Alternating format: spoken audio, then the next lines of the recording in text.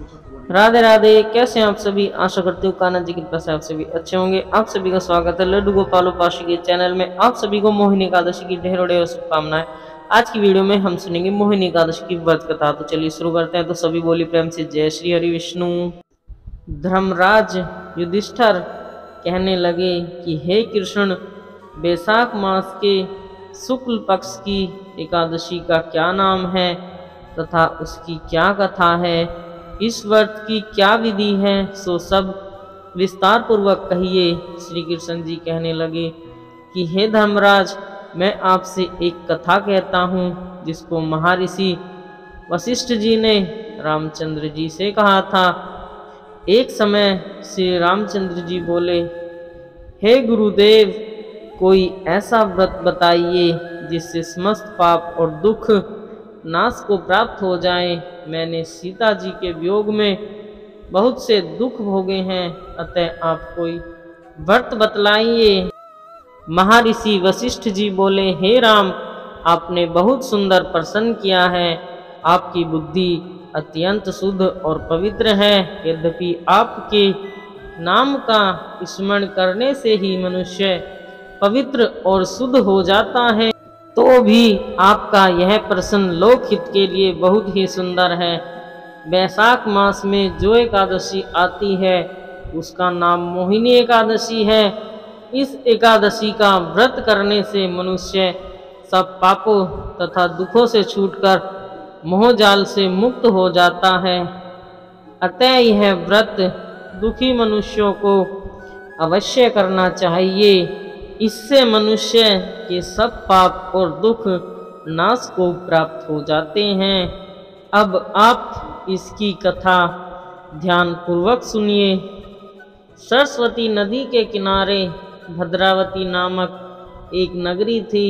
वहाँ पर धूतिमान नामक चंद्रवंशी राजा राज्य करता था। इसी नगरी में धन धान्य से पूर्ण पुण्यवान धनपाल नामक एक वैश्य भी रहता था। वह अत्यंत धर्मात्मा एवं विष्णु भक्त था। उसने नगर में अनेक भोजनालय, प्याऊ, कुआं, सरोवर, धर्मशाला आदि बनवाए थे और सड़कों पर आम, जामुन, नीम आदि के वृक्ष लगवाए थे। उस वैश्या के 5 पुत्र थे। सुमना सद्बुद्धि, मेधावी, सुकृति और धृष्ट बुद्धि। इनमें धृष्ट बुद्धि नामक वाला 5वां पुत्र महापापी था। वह पितृ आदि को नहीं मानता था। वह वेश्या और दुराचारी मनुष्यों की संगति में रहकर जुआ खेलता, पर स्त्रियों के साथ भोग विलास करता तथा मद मांस का सेवन करता। इनके अतिरिक्त अन्य अनेक कुकर्मों में भी वह अपने पिता के धन को नष्ट करता था। वेश्याओं के साथ उनके गले में हाथ डालकर फिरता रहता था। इन्हीं कारणों से उसके पिता, भाइयों तथा कुटुंबियों ने उसे घर से निकाल दिया और उसकी निंदा करने लगे। घर से निकाल देने के बाद वह अपने गहने और कपड़े बेचकर निर्वाह करने लगा। जब सब धन नष्ट हो गया तो वेश्या और दुष्ट संगी साथियों ने भी उसका साथ छोड़ दिया। अब वह भूख और प्यास से अत्यंत दुखी रहने लगा। अन्य कोई सहारा न देखकर वह चोरी करने लगा। एक बार वह पकड़ा गया, परंतु राज्य कर्मचारियों ने उसको वैश्य का पुत्र जानकर छोड़ दिया। मगर जब वह दूसरी बार फिर वहीं पकड़ा गया तो उन्होंने राजा के सामने उपस्थित कर दिया। राजा ने उसे कारागार में बंद कर दिया। कारागार में राजा ने उसको बहुत दुख दिया और कहा कि तू मेरी नगरी से निकल जा। वह नगरी से निकलकर वन में चला गया और वन में पशु पक्षियों को मारकर खाने लगा। कुछ समय के पश्चात वह बहेलिया बन गया और धनुष बाण लेकर पशु पक्षियों को मार मार कर खाने लगा। एक दिन वह भूख और प्यास से दुखित होकर खाने की खोज में फिर रहा था कि कौंडिन्य ऋषि के आश्रम पर पहुंच गया। उस समय बैसाख मास था। और कौंडिन्य ऋषि गंगा स्नान करके आ रहे थे। उनके भीगे वस्त्रों के छींटे पड़ने से उसको कुछ सद्बुद्धि प्राप्त हुई और वह मुनि के सामने हाथ जोड़कर कहने लगा कि हे मुनि, मैंने अपने जीवन में बहुत पाप किए हैं। आप उन पापों से छूटने का कोई साधारण और बिना धन का उपाय बतलाइए। उसके दीन वचन सुनकर ऋषि कहने लगे कि ध्यान लगा कर सुनो, तुम वैशाख शुक्ला एकादशी का व्रत करो। इस एकादशी का नाम मोहिनी है।